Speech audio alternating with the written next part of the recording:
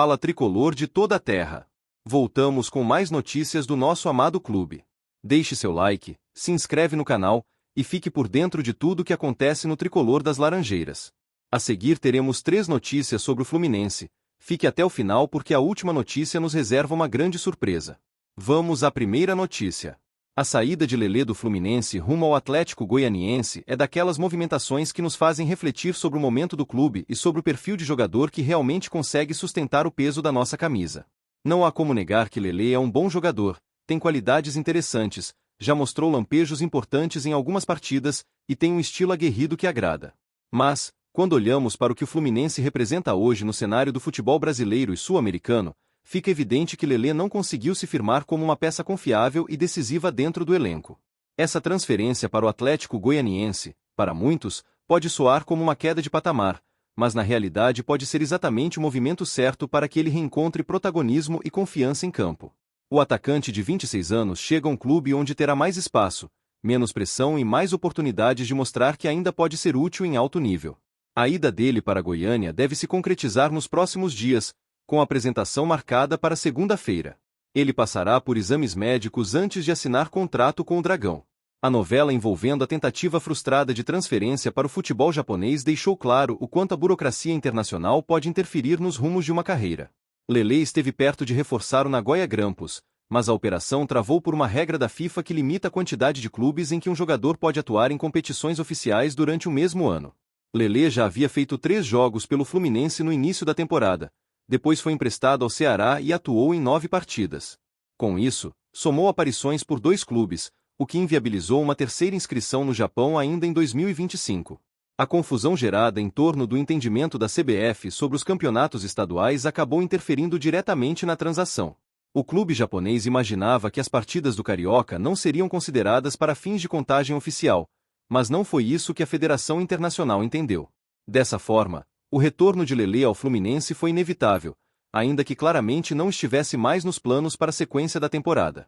E aí entra um ponto delicado, mas que precisa ser abordado com honestidade de torcedor que ama o Fluminense. O Lelê, com toda a dedicação e esforço que demonstrou enquanto esteve conosco, nunca conseguiu se firmar como um jogador à altura do que o nosso time exige hoje. Ele teve algumas chances, sim. Até mostrou vontade, disposição e uma boa movimentação, mas faltou aquele algo a mais. Faltou decisão, faltou técnica refinada, faltou leitura de jogo. Em uma equipe que preza por intensidade, inteligência tática e eficiência no terço final do campo, Lelê parecia sempre um pouco atrasado, um pouco abaixo da engrenagem. Isso não o torna um mau jogador, de forma alguma. Inclusive, acredito que em times com outro tipo de proposta, em ambientes com menos pressão e cobrança, ele pode se destacar mais. No Atlético Goianiense, por exemplo, ele pode ser exatamente o que a equipe precisa para garantir pontos importantes no Brasileirão. Por isso, enxergo essa mudança como positiva para todas as partes. O Fluminense libera espaço no elenco e na folha, o Atlético ganha um atacante em busca de redenção e Lelê pode, finalmente, ter a sequência que lhe faltou no Rio. Vale lembrar que Lelê já havia mostrado certo potencial em temporadas anteriores, especialmente no Volta Redonda, onde foi o grande destaque da equipe. Lá, atuando mais solto e com liberdade para explorar os lados do campo, ele fez gols, deu assistências e chamou atenção. O Fluminense, inclusive, o contratou apostando nesse potencial. A ideia era justamente repetir aquele desempenho com uma camisa mais pesada. Só que, infelizmente, isso não aconteceu. E aqui é importante dizer que o ambiente no Fluminense exige mais do que vontade. Exige personalidade, maturidade, adaptação tática e capacidade de decisão. São poucos os que conseguem vestir essa camisa e realmente fazer jus ao que ela representa. E tudo bem que nem todos vão atingir esse nível. Faz parte do futebol. A saída de Lelê representa um ciclo que se fecha de forma natural. Ele teve oportunidades, mas não conseguiu se tornar uma peça essencial. Enquanto isso, o Atlético Goianiense segue atento no mercado e tem também o nome de Paulo Baia em seu radar. O atacante que defende o Operário vem sendo observado, embora seu empresário tenha confirmado que, até o momento, ainda não houve uma abordagem formal por parte do clube goiano. Baia é outro jogador que poderia se encaixar bem na proposta do Dragão, especialmente com a saída de jogadores importantes nas últimas janelas. Mas essa negociação ainda depende de muitos fatores e está distante de ser concretizada. Para nós, torcedores do Fluminense, O foco precisa estar em manter um elenco que esteja 100% alinhado com os objetivos do clube. Jogadores que venham para somar, elevar o nível competitivo e carregar a responsabilidade que é jogar no Maracanã diante de uma torcida exigente e apaixonada. Lelê não foi esse nome. E está tudo certo com isso. Ele é um bom jogador, tem o seu valor, mas o nosso projeto atual exige um outro tipo de entrega, uma outra leitura de jogo, um outro perfil técnico. O Fluminense caminha para reforçar seu elenco com jogadores que já tenham esse DNA vencedor. A busca é por nomes que tragam soluções, não apenas opções. O futebol hoje é rápido, exigente, impiedoso. Não há mais espaço para apostas que não deem retorno quase imediato. E Lelê, por mais promissor que tenha sido em outros momentos, não conseguiu entregar o necessário. Desejo sinceramente que ele brilhe com a camisa do Atlético Goianiense. Que marque gols, que reencontre o melhor de si e que prove que pode, sim, ser importante em uma Série A. O futebol sempre oferece novas oportunidades, e essa chance pode ser o recomeço que ele precisa. Por aqui, seguimos em frente. Porque o Fluminense não para. A exigência é alta, e a nossa história merece sempre o melhor. Vamos à segunda notícia. A volta de John Kennedy ao Fluminense acende novamente uma fagulha de expectativa no coração do torcedor tricolor. A gente conhece o potencial desse garoto de Xerém, sabe da raça, da força e da personalidade que ele coloca dentro de campo. Não é qualquer jogador que entra na história de um clube com gols decisivos em Libertadores, e muito menos alguém que, tão jovem, já carrega o respeito da torcida e dos adversários. John Kennedy é daqueles que jogam com alma, com o sangue pulsando no ritmo das arquibancadas, e isso não dá para ignorar. O treinador Renato parece ter percebido esse valor, e ao que tudo indica, está estudando formas de encaixar melhor o atacante no time. A ideia de utilizá-lo como segundo homem de ataque, e não necessariamente como um centroavante fixo, é uma solução que pode trazer uma nova dinâmica ao setor ofensivo.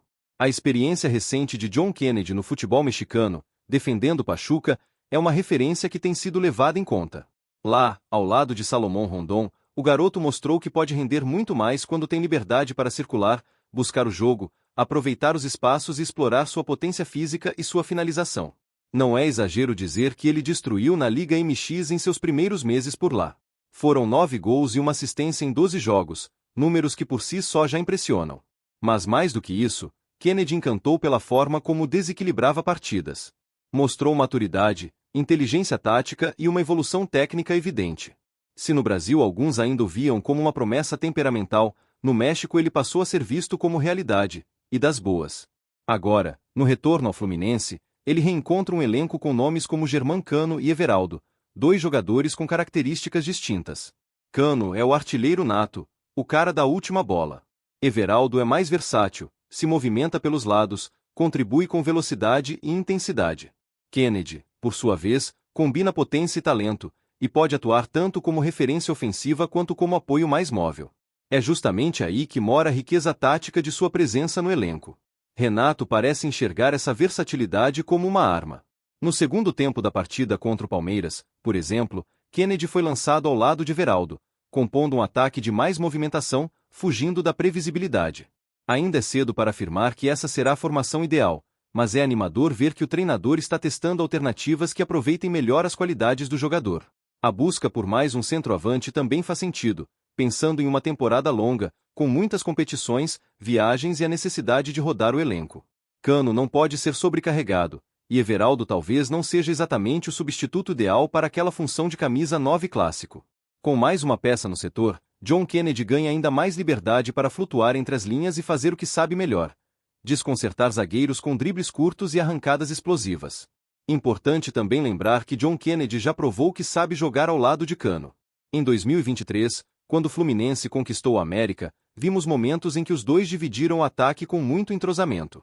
Kennedy mostrava inteligência nos deslocamentos, abrindo espaço para o argentino finalizar, mas também sabendo a hora certa de aparecer como elemento surpresa. Aquela final histórica é a maior prova de que o garoto tem estrela. Ninguém esquece aquele gol. Ninguém esquece aquele chute certeiro que colocou o Maracanã abaixo.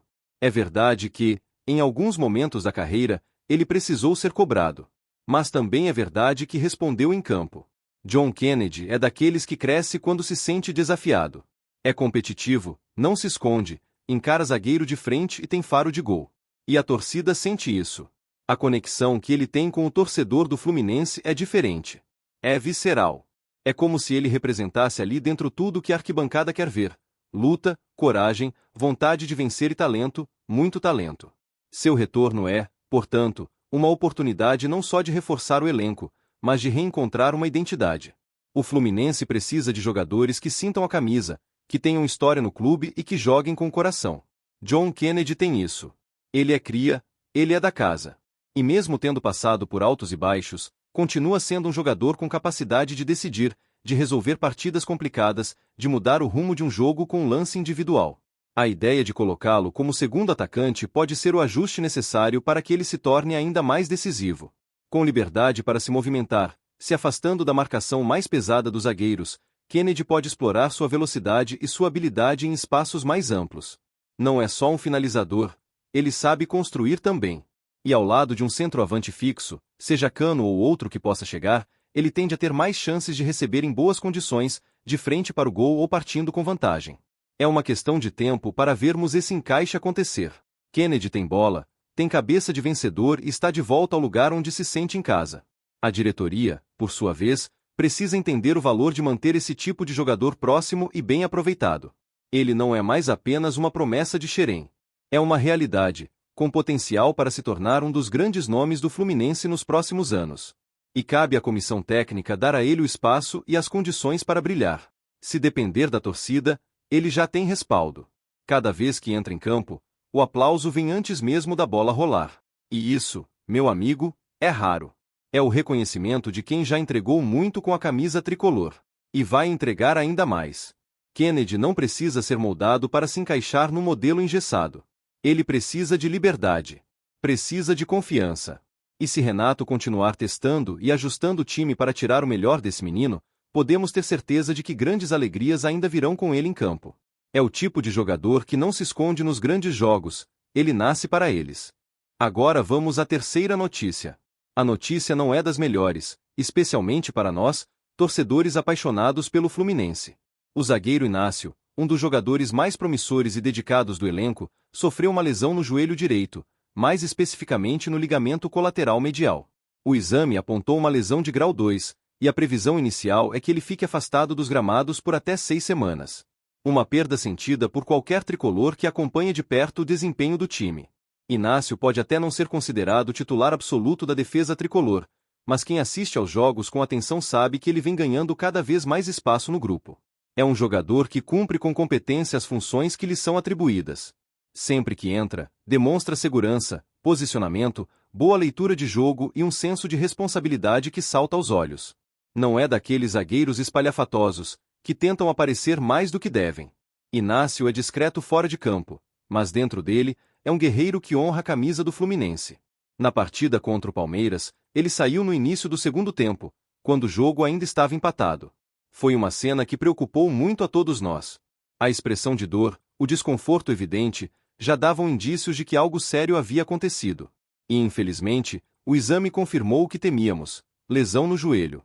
Agora, caberá ao departamento médico do clube trabalhar com afinco para recuperar o atleta o mais rápido possível, mas sempre respeitando o tempo certo, para que ele volte com toda a confiança e com o físico intacto. E que ninguém venha minimizar sua ausência. Mesmo que alguns ainda o tratem como uma opção do banco, a verdade é que Inácio tem sido uma peça fundamental nas estratégias que envolvem o uso de 3 zagueiros. Quando Renato opta por essa formação, Inácio é quase sempre chamado, e responde bem. Ele não é aquele jogador que entra só para compor o elenco, mas sim alguém que entrega solidez e equilíbrio ao sistema defensivo. Tem personalidade, tem leitura de jogo e sabe se antecipar ao atacante. Isso sem falar na bola aérea, onde costuma levar vantagem, tanto defensiva quanto ofensivamente.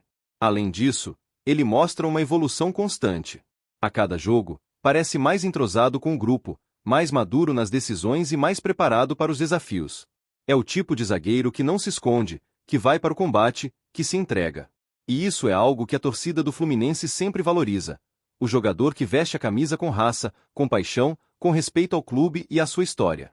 Inácio é exatamente esse tipo de atleta. Com sua ausência, a zaga tricolor perde uma alternativa importante. Agora, restam apenas 4 nomes disponíveis: Thiago Silva, Freites, Manuel e Thiago Santos. E convenhamos, essa lista preocupa. Não pela qualidade individual, todos têm suas virtudes, mas pela questão numérica e pelo desgaste natural da temporada.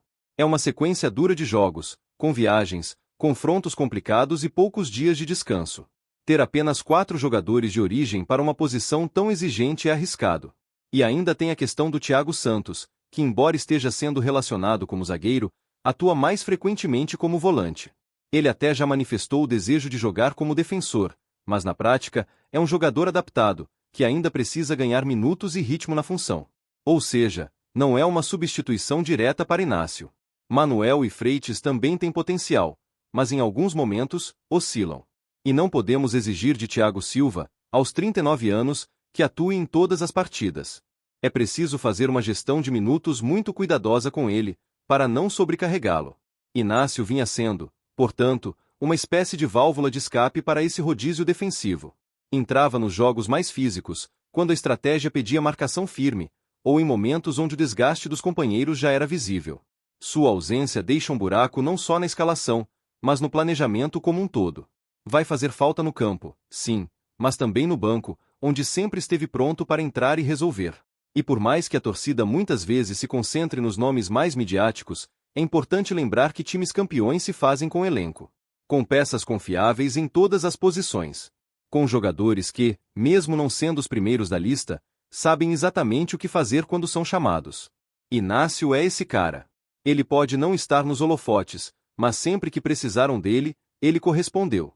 Tenho convicção de que, assim que estiver recuperado, voltará com ainda mais força. Esse período afastado, por mais doloroso que seja, pode ser também uma oportunidade para ele estudar ainda mais o jogo, analisar suas atuações, se preparar psicologicamente e voltar em um nível ainda melhor. E se tem uma coisa que ele já mostrou desde que chegou ao Fluminense, é que sabe aproveitar as oportunidades que aparecem. Para a torcida tricolor, fica agora a missão de apoiar. Apoiar o elenco, que terá de se virar sem uma peça importante na defesa. Apoiar os zagueiros que seguirão em campo, pois a pressão vai aumentar. E claro, apoiar o próprio Inácio, que precisa sentir o carinho do torcedor nesse momento de recuperação. Sabemos que lesão no joelho não é brincadeira, mas também sabemos da força mental e da dedicação que ele tem. Vai superar essa, como já superou outros desafios na carreira. Inácio é sim um bom zagueiro. Tem técnica, tem garra, tem humildade.